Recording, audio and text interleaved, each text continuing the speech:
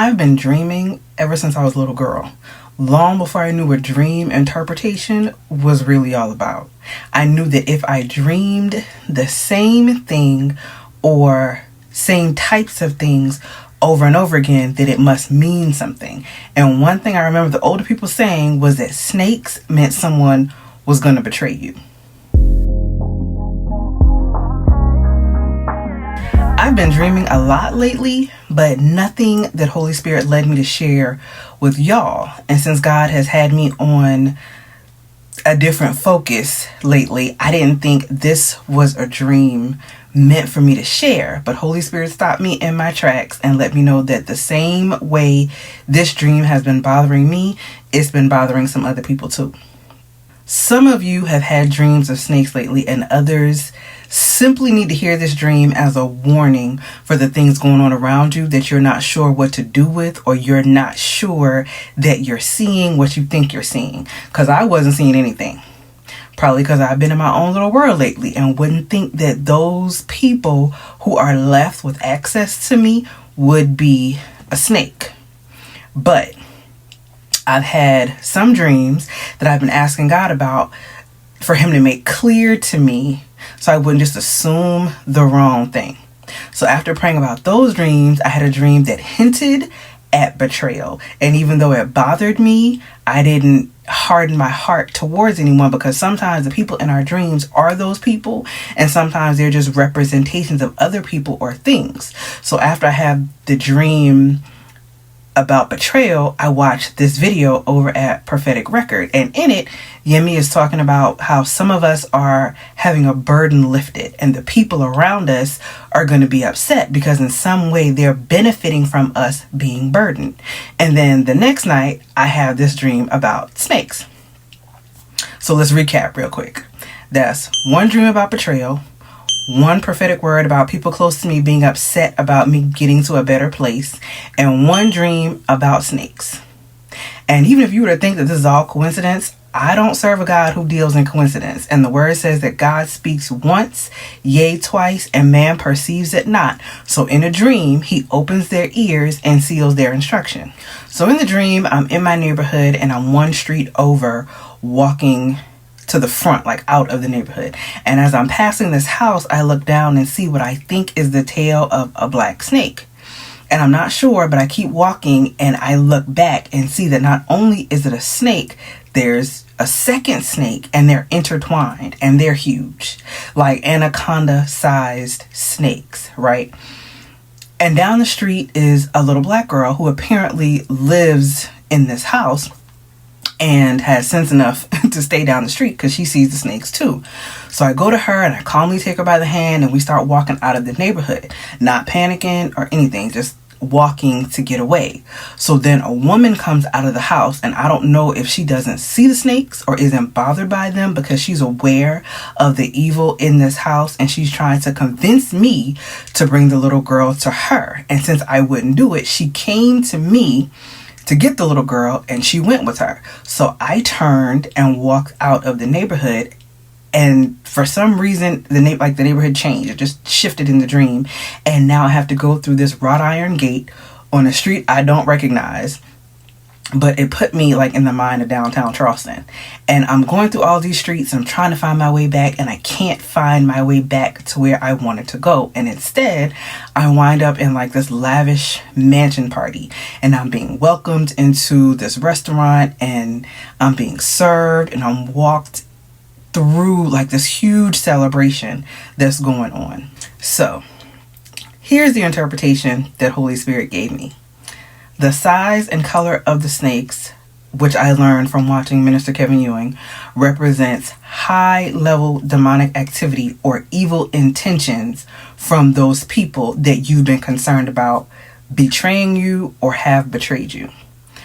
The woman wasn't afraid of the snakes because she was one of the snakes. The little girl or boy, if you're a guy and this is resonating with you, the young child is the inner you that's still holding out hope that those people that you're concerned about will love you and accept you and be okay with your success. And there's a part of you that wants to go back to them and live life like it was when you were younger and things were simpler.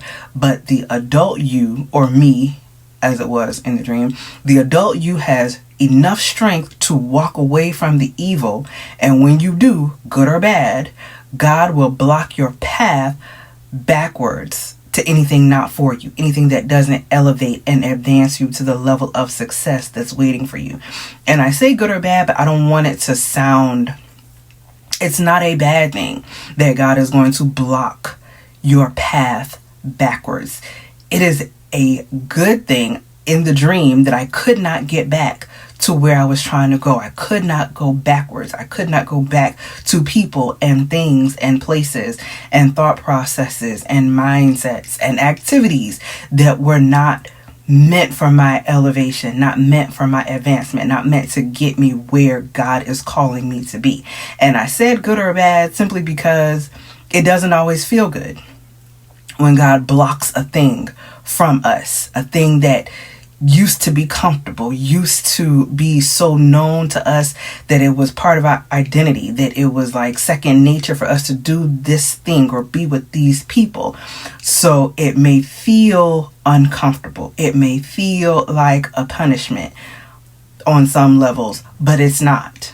It is the blessing that we need to keep us from the evil, keep us from the relationships, keep us from the backwardness and the delay that wants to hinder us from the destiny that's before us, that wants to hinder us from the promise that God has already laid out in front of us, that we are so close to, which is why the enemy is sending in his minions, sending in these spirits, in these people that are attempting to or wanting to or thinking about betraying you, because he knows how close you are to your destination, how close you are to your promise. So he's pulling out all the stops, especially the people that we care so much about, especially the people that we believe care so much about us, because those are the people who can get our discernment off course. Those are the people that can cause us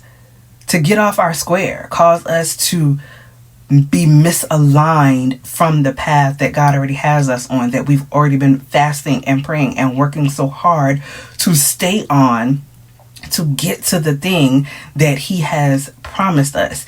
So we have to, and I don't want to say harden your heart. It's not a harden your heart kind of situation. It's more of a forgive them.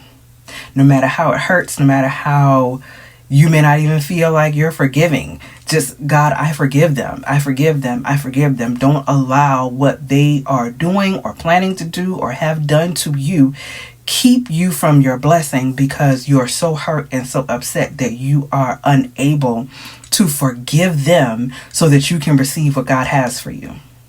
And while I have to say that, like every other prophetic word, this dream, this word isn't for everybody, because we're not all in the same situations or seasons of life. And let me know in the comments if this resonates with you and if this has served as some kind of confirmation of things that's been bothering you, things that's been going on around you and kind of tugging at you to pay closer attention to.